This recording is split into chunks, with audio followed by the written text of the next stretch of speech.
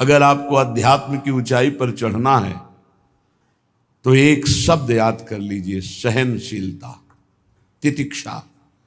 इसको सदैव जीवन में, एक श्लोक गंगा किनारे हमें जीने की सामर्थ्य देता था।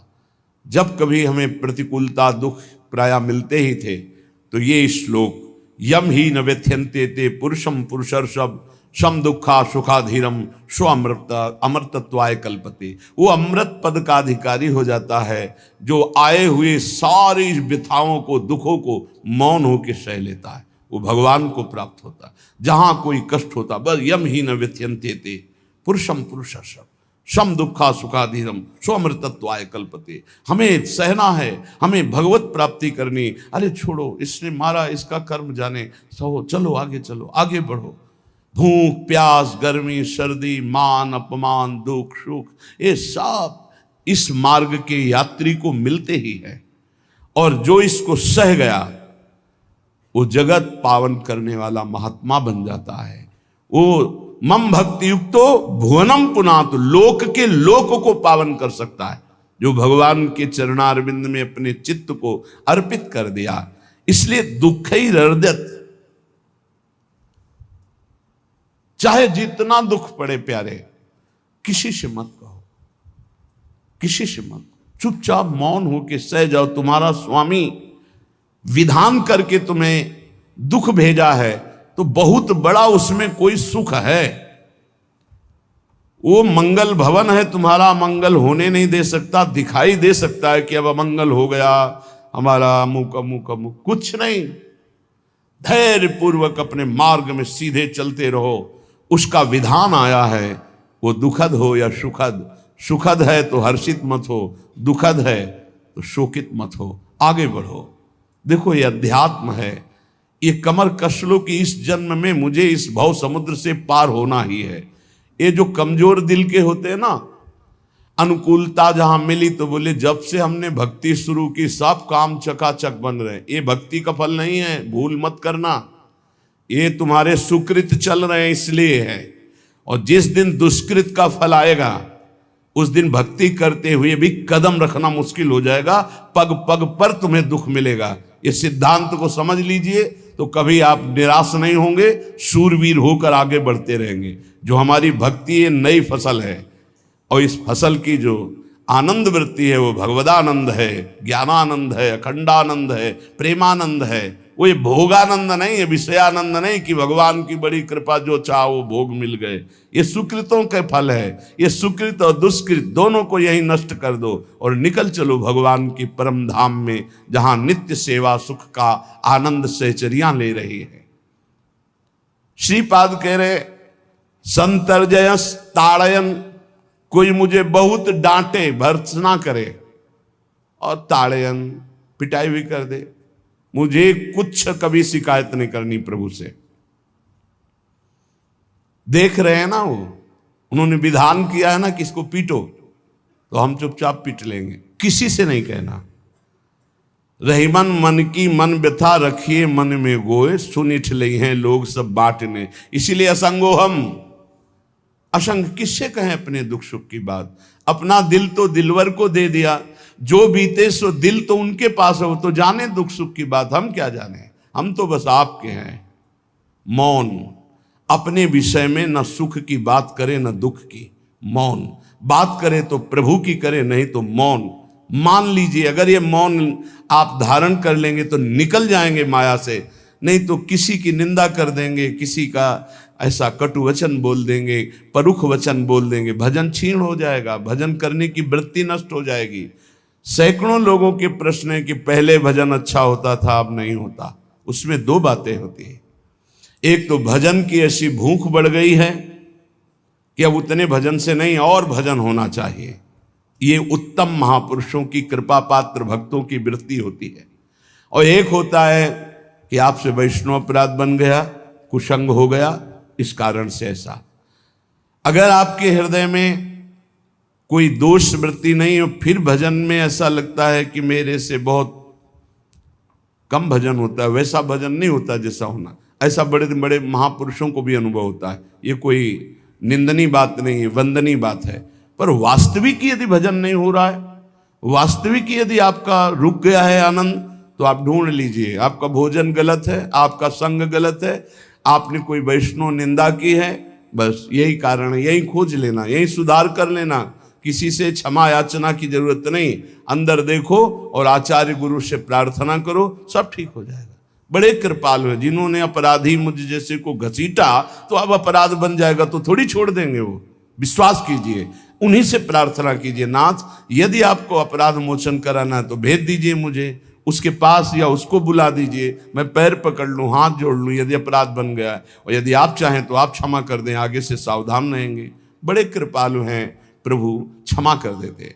भजन की वृत्ति को रुकना ये सहन मत कीजिए। समय नहीं है कि आज नहीं तो कल भजन चल पड़ेगा, नहीं, तुरंत वाचिक में आ जाइए, तुरंत वाणियों का गायन कीजिए, नाम कीर्तन कीजिए, ढूंढिए अपराध क्या बना जो आंतरिक हमारा भजन रुक गया, और प्रभु से प्रार्थना करके उसको चलवाइए।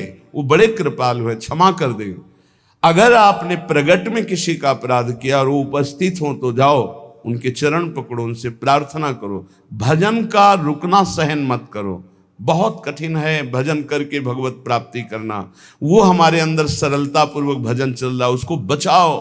किसी की निंदा मत करना, किसी की अवहेलना मत करना।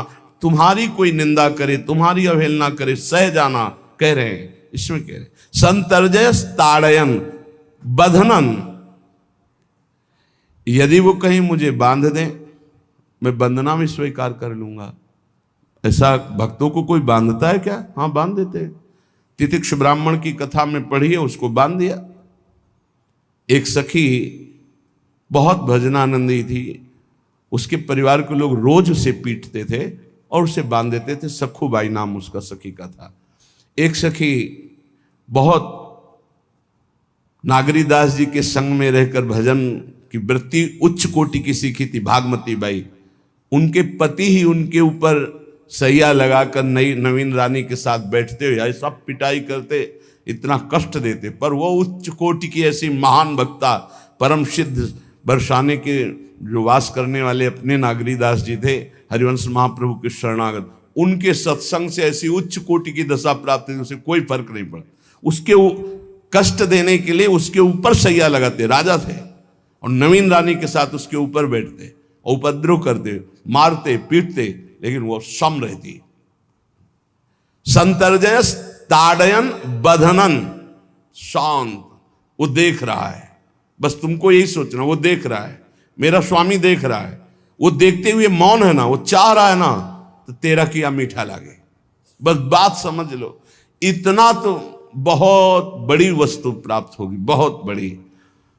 एक मिट्टी जब कुम्हार को अर्पित हो जाती है तो पीट पीट कर एक छोटा राई भर भी दाना नहीं रहने देता, क्योंकि राई भर भी अगर दाना रहा वहीं से मटकी फूट जाएगी, राई भर भी अहंकार रहा वहीं से भक्ति रस निकल जाएगा। पीट पीट के उसको एकदम बराबर, फिर भी चैन नहीं, जल डाल के रौंदा, फिर भी चैन नहीं, हाथों से मल कर अपने अनुसार बनाया, फिर चाक पे चढ़ाया, जो चाहा आकार दिया, सूर्य के ताप में तपाया, फिर उसको दहकते हुए आवे के बीच में रख के पकाया, फिर उसमें रस रखने लायक क्षमता आ गई उस मिट्टी में। ऐसे ही हम जब संत महापुरुषों को, श्री भगवान को समर्पित होते हैं तो ये सब होगा। रस रखने लायक हृदय तभी होता है जब आवे में तपता है, इसलिए तैयार रहो। तभी नागरीदास जी ने कहा, बड़ो ही कठिन है भजन ढिग डरिबो। एक सूरवीर योद्धा की तरह जैसे उसके अंग घाव से युक्त होते हैं, वो कदम पीछे नहीं आगे ही बढ़ाता है, ऐसे भजनानंदी चाहिए। चाहे मुझे चोर कहा जाए, पतित कहा जाए, गाली दिया जाए, मुझे मारा जाए, बांध लिया जाए, तो भी मैं भगवान पर दोषारोपण नहीं करूंगा। मैं यही निश्चय करूंगा, प्रभु मेरे देख रहे हैं, जोई जोई प्यारो करे सोई मोई भावे, उनका विधान परम मंगलमय है। अंतः क्लेश मतीव दुस्सह तरम प्राप्नोति नाना विधि। मुझे अंदर से भी बहुत पीड़ा दी जाए, काम पीड़ा, क्रोध पीड़ा, लोग बाहर से तो ये दिया जाए और अंदर से भी ये दिया जाए, तो भी हे प्रिया जो आपसे नहीं कहूंगा। प्रेम में कभी शिकवा शिकायत नहीं होती, ना इष्ट से और अपने प्रीतम के विधान से दिए हुए कष्ट को हम दूसरे से कह दें? धिक्कार है हमारी प्रीति को। प्रीतम सहावे और मैं दूसरे से शिकायत करूं? नहीं, हर विधान आपका सहो। ये प्रेम है मस्ती का, ये लज्जू पंजू ऐसे काम नहीं है इनके। ये तो देखते हैं पैर धर के, अगर गर्म लगा तो हटा लेंगे, मत रखना गर्म ही गर्म है। और छाती मजबूत करके कि आग पे चलूंगा, तो पैर रखोगे तो चंदन हो जाएगा आग में भी। पूरे जीवन की बात कह रहा हूं, पूरे जीवन की। सोचो उस समय जब 13 वर्ष की अवस्था है और घर से निकले थे, कोई साथी नहीं है, कोई समझाने वाला नहीं, और आज इतना जीवन हो गया इसी यार के सहारे हुआ है। इसी यार, ना 1 रुपया कभी था, न रहा है और न रहेगा। प्रेमानंद का 1 रुपया नहीं है, प्रेमानंद की 1 वस्तु नहीं, ना रहा ना रहेगा। हाँ, प्रेमानंद की सब वस्तुएं हैं, ना होते हुए भी पूरा विश्व मेरा। क्यों? प्रेमानंद भगवान का है।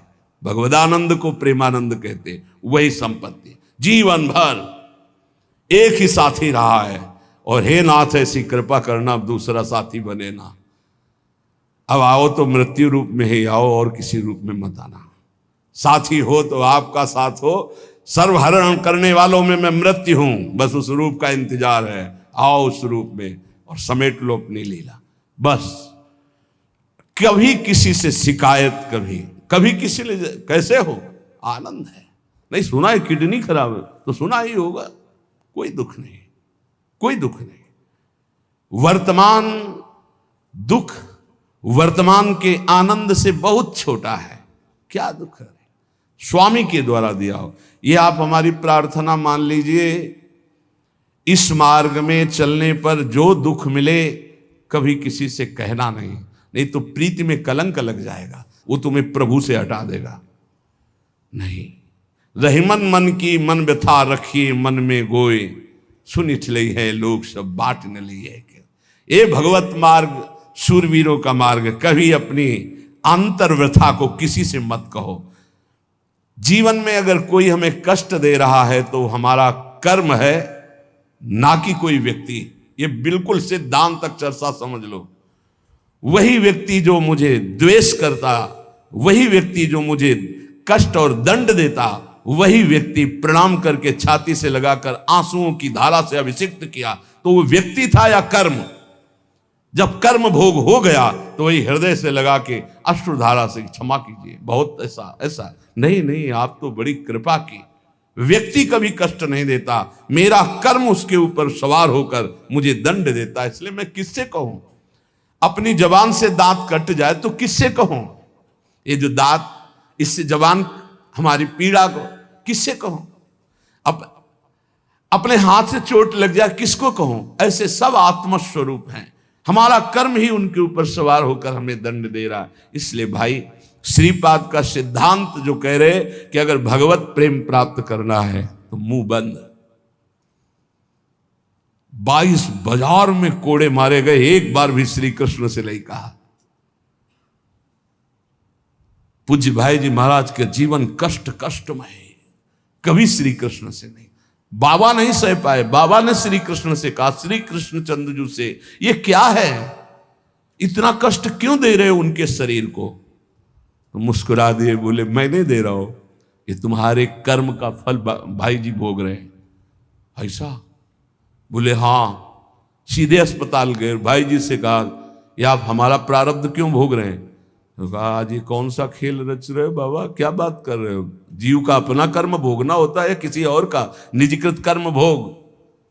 तो उनका आप हमको बहका नहीं सकते, हमें परम तत्व से पता चला है कि आप हमारे कर्म। तो हंस दिए भाई जी और बोले, देखो हमें कोई फर्क नहीं पड़ता, आपको फर्क पड़ जाता। आप चढ़ो, जिस साधना की चढ़ाई पर चढ़ रहे हो चढ़ो, मंगलमय श्री कृष्ण तुम्हारी यात्रा को पूर्ण करें। हम तो अस्पताल में पड़े पड़े प्रिया प्रीतम के साथ खेल रहे हैं, कोई फर्क नहीं पड़ रहा। ये बड़े महापुरुषों ने अपने कष्ट की तो बात जाने दो, दूसरों के कष्टों को लेकर भोगाए। हम जरा सा कष्ट आ जाए तो बोले हमारी अंदर श्रद्धा थी अब खत्म हो रही क्योंकि कष्ट आने लगा। उसमें भगवान का क्या दोष है? वो तो बड़े कृपालु हैं कि ऐसे पापात्मा होने पर भी मुझे महात्माओं का संग दिया, धाम का वास दे रहे हैं, नाम जपवा रहे हैं। अब हमारे पूर्व प्रारब्ध हमें कष्ट दे रहे हैं, इस समय भी वो हमें दुलार कर रहे हैं। जीव समझता नहीं, केवल दोषारोपण भगवान और भगवत मार्ग पर कर देता है। इसलिए उपासक को अंतः क्लेश मति व दुस्सहतरम, ये जो आप काम क्रोध से जल रहे हो ना, ये तपस्या है, इसका बहुत बड़ा लाभ मिलेगा। और अगर भोग रहे हो ना, गिर रहे हो, पतित हो रहे हो, तो वो सुख नहीं, वो शांति नहीं, वो विश्राम नहीं है।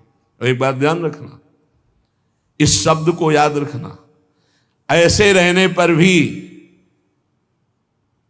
हमारे द्वारा जो भी वो हमारे स्वामी ऐसे लेते हैं, जन अवगुण प्रभु मान न काऊ, दीन बंधु अति मृदुल स्वभाव। कल शाम के पूज्य परमहंस राम मंगलदास जी की वाणी का चिंतन हो रहा था, उसमें कह रहे हैं कि जो 30 मिनट भगवान नाम कीर्तन कर लेता, मेरी बात पर विश्वास रखना हो, उसको भगवत प्राप्ति होगी। 24 घंटे में 30 मिनट नाम कीर्तन कर लेता है और अन्य समय विस्मरण रखता है, तो 30 मिनट का नाम कीर्तन उसे भगवत प्राप्ति करा देगा। तुम्हें जो पाठ प्रिय हो, 30 मिनट पाठ कर लोगे, भगवत प्राप्ति हो जाए, कर लो। और बहुत पहुंचे हुए महापुरुष जिनके चरणों में अपार श्रद्धा है, आप लोग तो रात दिन लगे, आपको भगवत प्राप्ति नहीं होगी। चूक हो जाएगी तो जन अवगुण प्रभु मान न काऊ, दीन बंधु अति मृदुल स्वभाव। अग्नि की ज्वाला के समीप रुई का पहाड़ कितनी देर टिकेगा, कितनी देर टिकेगा, उसके ताप में झुलस जाएगा। ये अग्नि की ज्वाला है भगवान नाम कीर्तन, भगवत यश गुणगान। तो जैसे किसी को लगे कि वो नाम जब भी करता है वो रुचि पूर्वक पाप करता है, असंभव। नाम जापक रुचि पूर्वक पाप कर ही नहीं सकता, उसका हृदय जलेगा पक्का। आप जप करके देख लीजिए, आप जप कीजिए नाम, और फिर आपसे पाप जब बनेगा तो आप फिर हालत अपनी देख लीजिएगा, बार बार हृदय जलेगा, नहीं नहीं नहीं। तो एक दिन वो नहीं सिद्ध हो जाएगा और आप निर्विकार हो जाएंगे। इसलिए अंतः क्लेश, अगर बुद्धि मति वो अति अंदर क्लेश आ रहा है, कभी काम आ रहा है, कभी क्रोध आ रहा है, कभी लोभ आ रहा है, कभी मोह आ रहा है, ये आता रहेगा जब तक भगवत साक्षात्कार नहीं होगा। ऐसा मत समझो कि 2-4 महीने जप करेंगे तो हम सिद्ध हो जाएंगे, ये आता रहेगा। ये बहुत भागवतिक शक्ति से संपन्न है विकार, कोई साधारण नहीं है कि तुम माला जपोगे वो नहीं आएगा, माला जपते समय ही आएगा वो। ये भागवतिक शक्ति से संपन्न, काम क्रोध लोभ मोह तब त्रिभुवन को परास्त कर रहे हैं। ये भगवान के पावर से शक्तिमान है। तुम्हारा अहंकार जब गलित हो जाएगा तो इनका आना ही बंद हो जाएगा। जब तक अहंकार रहेगा तब तक ये आते रहेंगे।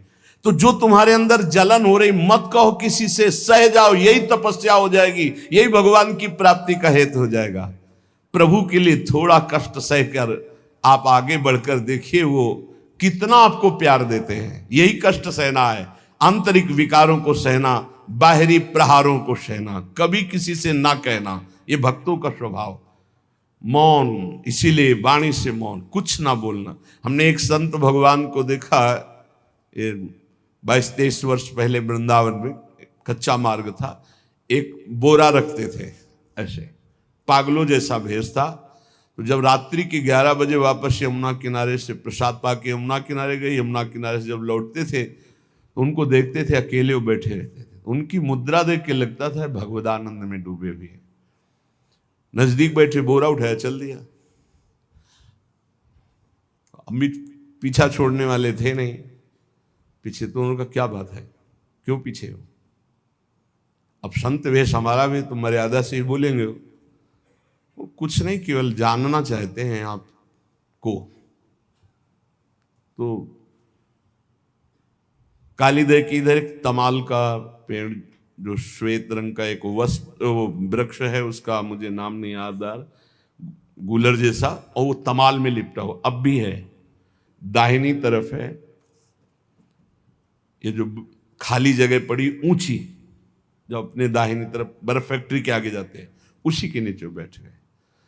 तो हमने पूछा आपकी स्थिति देखकर मुझे लगता है आप हर समय भगवदानंद में डूबे रहते हैं। बोले जब लगता है तो प्रश्न क्यों करते हो? हमको आपकी वेशभूषा देखकर, तो बोले जगत से बचने के लिए ये वेशभूषा है। एक बोरा से जैसे कोई बीनने वाले होते हैं, कबाड़ बीनने वाले, ऐसे बोरा ऐसे रखे थे, गमछा लगाए हुए थे, पूरा शरीर खुला, कोई साधु का वेश नहीं, कोई चिन्ह नहीं, और उनकी स्थिति भगवदानंद में थी।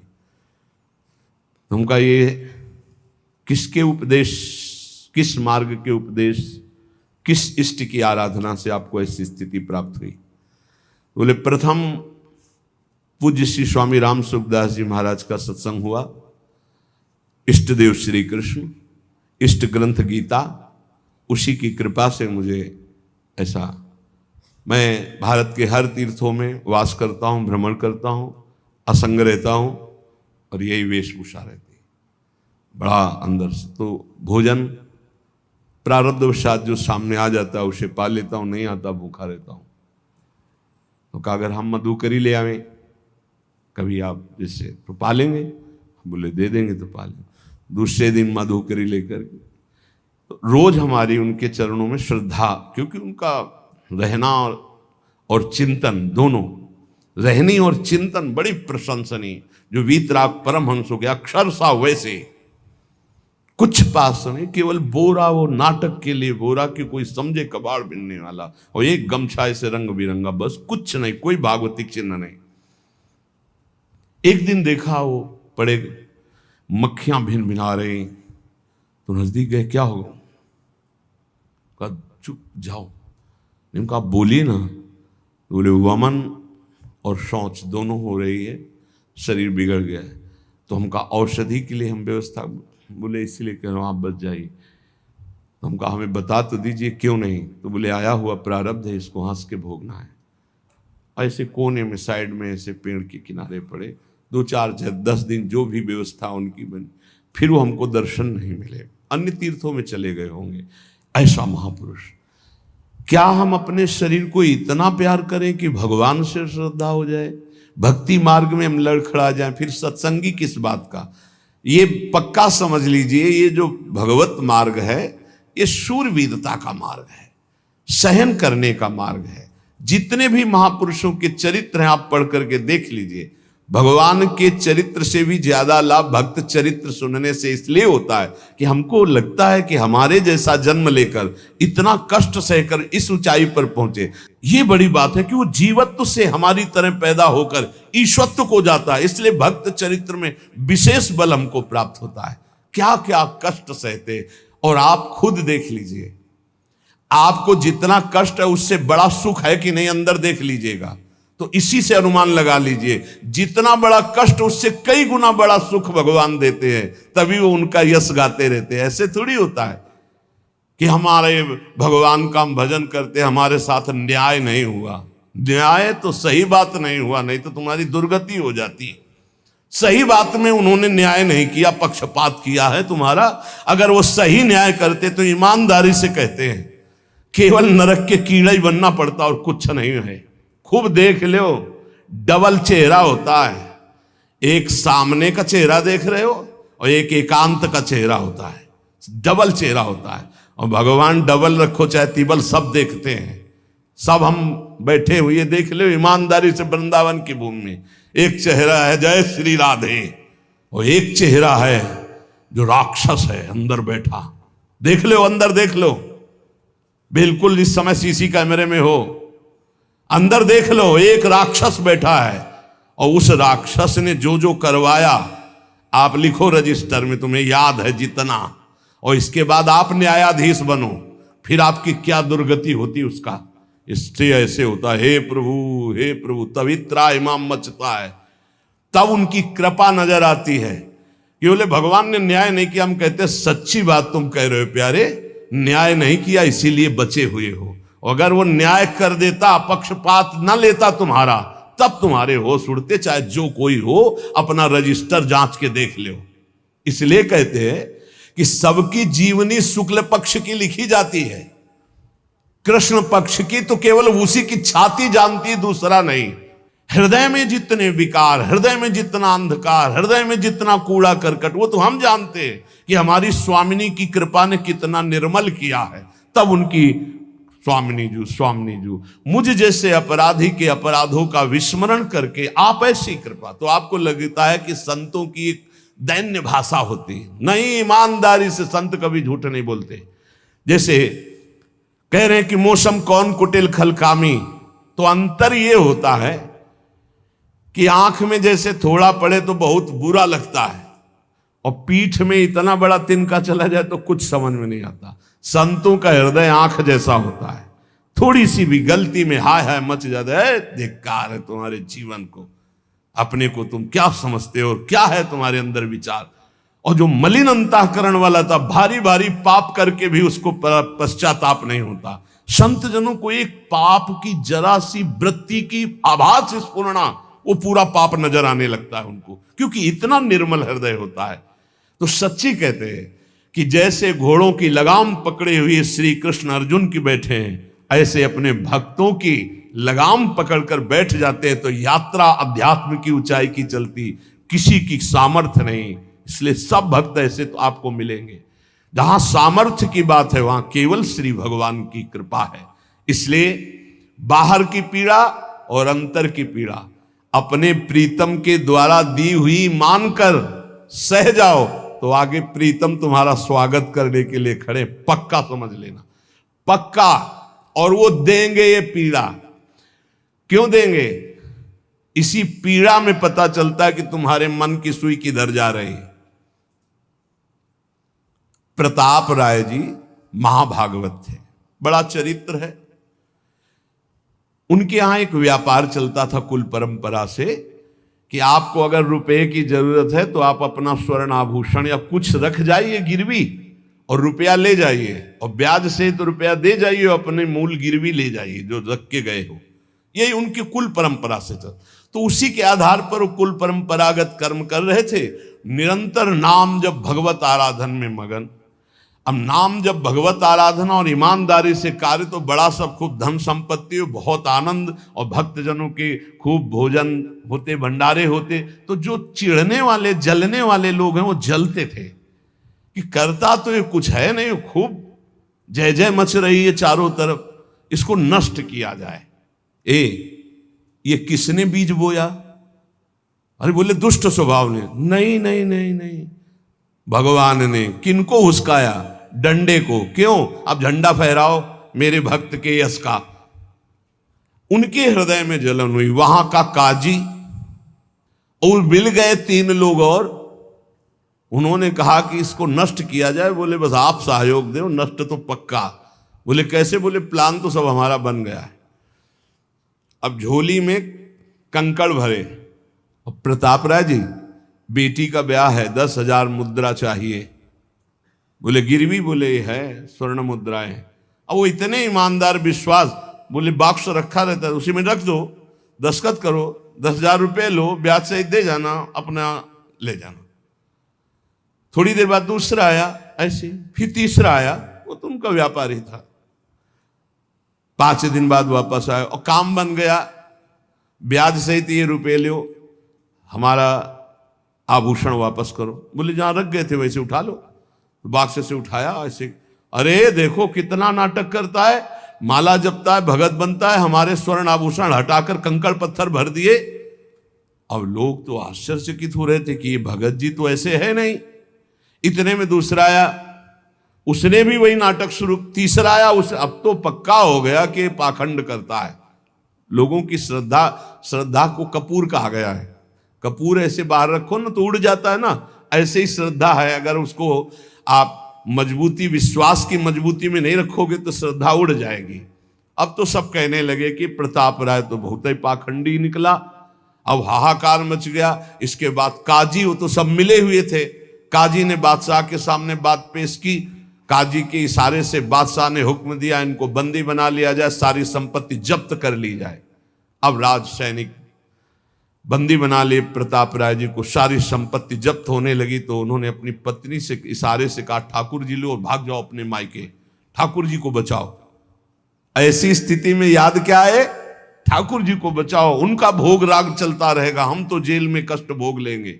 ऐसा ही हुआ। वो पीछे की खिड़की से अपने ठाकुर जी को लेके सब तहस नहस हो गया। म्लेच्छ सेना साहब नष्ट भ्रष्ट कर दिया, बंदी बनाया, उनको ले गए, जेल में डाल दिया। कुछ लोगों ने कहा कि महाराज अभी ठाकुर जी अष्ट धातु के हैं, बहुत महंगे हैं, उनकी पत्नी इसीलिए लेके भाग गई है। मायके से पत्नी को भी बंदी बनाया, ठाकुर जी को भी संपत्ति के रूप में जब्त किया, और जहां संपत्ति थी वहां गोदाम में ठाकुर जी को ऐसे जैसे संपत्ति डाल दी वैसे डाल दी। जब पत्नी नजदीक हथकड़ी बेड़ियों के सहित, और वो तब एकांत जब हुए तो उनका प्रभु आज तक मैंने कभी आपसे मांगा नहीं और कोई शिकायत नहीं की, बस एक कष्ट है इस समय कि आपको गोदाम में डाल दिया गया है, हम प्राणों से अधिक आपको प्यार करते हैं और आपको भोग नहीं लगेगा, आपकी सेवा नहीं होगी, ये हम बर्दाश्त नहीं करेंगे। प्रभु कुछ उपाय करो जिससे आपकी सेवा, अगर हमें ये पता भी चल जाएगा कि आपको भोग लग रहा है तो आजीवन हम पति पत्नी को जेल में रखो, मुझे कोई कष्ट नहीं। प्रभु ये सब कुछ हुआ, मुझे कोई कष्ट नहीं, आपको भोग नहीं लगेगा, इस बात से मैं जीवित नहीं रह पाऊंगा। भगवान देर थोड़ी लगी युगल सरकार गलवैया दिए हुए, इस स्थिति में भी तुम्हें मेरी चिंता है, तुम्हें अपने अपमान की, अपनी संपत्ति जब्त की, अपने जेल की दुख की कोई चिंता नहीं, मेरी चिंता है। वही साक्षात्कार हुआ। अब तत्काल, अब वो तो चाबी बदलने वाले हैं ना, ज्ञानी मूढ़ न कोय, जस जय का रघुपत करे तस ताही क्षण होए, बोले भियस महेश तब ज्ञानी मूढ़ न कोय। उस वहां का जमींदार जो था उसने कहा ऐसा हो ही नहीं सकता, यह सब गलत है, पाखंड रचा गया है प्रताप राय जी के प्रति। बादशाह के सामने विरोध प्रकट कर दिया, नहीं सही जानकारी जांच हो। बादशाह ने उन तीनों को बुलाया और कहा फांसी पे चढ़ा देंगे यदि सही नहीं बोलोगे। सही सही बोल दिया कि उसमें हम सोना तो रखा ही नहीं था, कंकड़ रखे थे। काजी की ये सब बात थी। काजी को दंड दिया गया, तीनों को बंदी बना लिया गया, प्रताप राय जी को पूरा नुकसान सहित सब अर्थ दिया गया और बड़ा सम्मान किया गया। फिर जीवन, ये घटनाएं भक्तों के जीवन में आती है किस लिए? भगवत साक्षात्कार कराने। भगवत साक्षात्कार जेल में प्रताप राय और उनकी पत्नी को हुआ। इसलिए उपासक को कितनी भी परिस्थिति कष्ट की आवे, वो तुम्हारे आनंद का वर्धन करने वाले बनेगी, विश्वास रख लीजिए। बस किसी से सहयोग मत मांगना और किसी को अपनी बात मत कहना। प्रताप राय जी ने किसी से भी नहीं कहा, कुछ भी नहीं बोले, केवल प्रभु से कहा कि आपकी सेवा अगर हमको कान में सुनने को मिल जाएगी कि आपका भोग लग रहा है तो मुझे कोई कष्ट नहीं होगा, लेकिन ये मैं नहीं सह पाऊंगा कि आप गोदाम में ऐसे, क्योंकि मैं जीवन भर आपको दुलार करता रहा हूं प्रभु। अब वही भगवत साक्षात। तुम्हारी सुई कहां जाती है मन की? कष्ट की स्थिति में कोई मित्र, कोई रिश्ते नातेदार, कोई पावर काम आता है या भगवान की तरफ जा? अगर भगवान की तरफ तो जीत गए, और अगर संसार की तरफ ऐसे भी मिलने, आप बिल्कुल फोन कर देना, हम तुम्हें अमर कर देंगे, नहीं फाड़ के फोन नंबर फेंक देना कि हम रखेंगे भी नहीं ऐसा नंबर। जब कोई नंबर नहीं होता तब हरि का नंबर लगता है। जिसके पास किसी का फोन नंबर नहीं होता उसका हरि का नंबर लगता है। ध्यान दे दो, कलयुग है इसीलिए सबके पास नंबर भेज दिया है। सबके पास नंबर है क्योंकि हरि से फोन नहीं कर सकते। हरि का फोन जानते हो कैसा होता है? जब आर्थ होकर अनाथ भाव से असरण कोई नहीं मेरा, तब हा नाथ, वो फोन नंबर। भाव से मुझको पुकारे तो भाव से बेड़ा पार है, भाव पूरित टेर ही करती मुझे लाचार है। भाव बिना भगवान आवाजें नहीं सुनते, भाव सुनी पुकार भगवान नहीं सुनते। भाव कब आता है? बाजार में थोड़ी मिलता है। किसी से हमारा संबंध नहीं। ये जीतना है तो ये बातें पकड़ लो सत्संग की। कोई विपत्ति दुख आने पर अगर किसी का नंबर आपको याद आवे कि अगर हमें विपत्ति आएगी तो कौन सा नंबर याद आएगा? बोले अमुक का, उसको डिलीट कर दो। नहीं, अमुक का नंबर नहीं रखेंगे हम, श्री जी का। श्री जी का नंबर क्या है बताया तुम्हें? क्या है? बस कोई नंबर नहीं तो श्री जी का नंबर है। हे लाडली, हे प्रिया जी, कोई है ही नहीं, अब अपना कोई है ही नहीं तो कौन है? सच्ची बताते हैं, एकदम नंबर। 1 घंटी में फोन उठा लिया जाता है, 1 घंटी। गजेंद्र ने जब देखा कि कोई मेरा सहयोगी नहीं, हारी री नहीं पहुंच पाया, काम हो गया। हरि पूरा नहीं कर पाए, काम हो गए।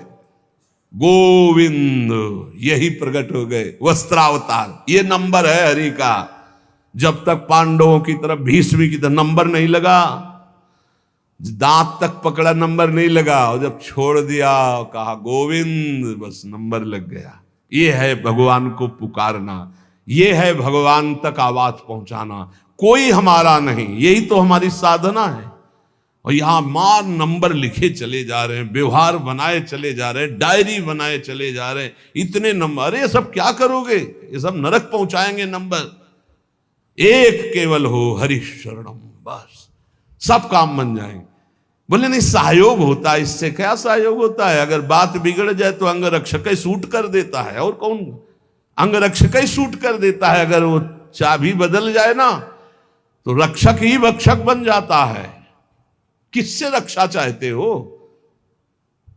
जो काल का भी शासन करने वाला है, उससे रक्षा चाहो। देखो सच्ची बात, ये केवल प्रवचन नहीं कर रहे, हृदय की बात कह रहे। मान लीजिए मेरे प्रभु ऐसे है, कोई महान नहीं है, वो जिसको महान करते हैं वही महान हो जाता है प्यारे। ऐसे हाथ हटा ले तो सब हान ही हान है, कोई महान ही नहीं है, महान नहीं। वो हटा ले तो बस उन्हीं से महान है। सच्ची कहते हैं, उन्हीं से बहाल है। दबी बात खुल जाए तो असलियत समझ में आ जाए। और वो जानते हैं, और वो जानते हुए हमें नमस्कार करवा रहे, प्रणाम करवा रहे, भोजन दिला। अरे जय बोलो उनकी। हमारे साथ भगवान ने क्या किया? अरे तुमने भगवान के साथ क्या किया? कितनी कृपा की भगवान ने। इतने अपराध का दंड जानते क्या होता है? पूरा जीवन बर्बाद हो जाए। और यहां पूरे जीवन अपराध कर रहे हैं, जीवन आबाद किए हुए हैं ऐसे प्रभु के प्रति। ये हम इसलिए कह रहे हैं, जो कहते हैं ना हमारी भगवान पर श्रद्धा नहीं रह गई, तो तुम्हारे ऊपर हमारी श्रद्धा नहीं रह गई। देखो ना कहां श्रद्धा लायक हो तुम, क्या हो तुम। ये हम असलियत कह रहे हैं। ऊपर से चिकना चुपड़ा, अंदर से सब गंदा होता है। भगवान बचावे, नहीं तो मना खष्टान इंद्रियाणी प्रकृति स्थान कर सती। दुर्गति वाले काम होते हैं, दुर्गति वाले। आप जो भी देख रहे हो केवल कृपा देख रहे हो। अगर वो कृपा हट जाए तो कुछ नहीं देखने लायक किसी में भी। जहां कहीं कुछ भी है वो मति की रति गति भूति भलाई। जब जेहि जतन जहां जेहि पाई। सो जानो सत्संग प्रभाऊ। लोक कहूं वेद न आन उपाऊ। इसीलिए हम कहते हैं, ये मत कहो मुझे भगवान पे श्रद्धा नहीं रह गई।